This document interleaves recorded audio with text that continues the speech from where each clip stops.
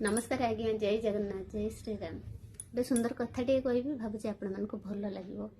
आपण मैंने जानी आम ओडिया घरे प्रत्येक मसरे किछि ना किछि भल दिन भल पर्व सब मनी था किछि ना किछि भल दिन आसे जमती कि एबे माणवसा आउची अष्टमी आसुची नुआ वर्ष आसीबो तापरे माने किछि ना किछि भल दिन सब आसे।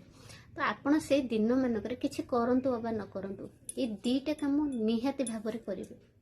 आपण को घरर मुख्य द्वार रे चेष्टा करेंगे पूर्ण कलसी जमीक आंब डाला फूल देकिनी पानी देकरी आपण पूर्ण कलसी बसैबे।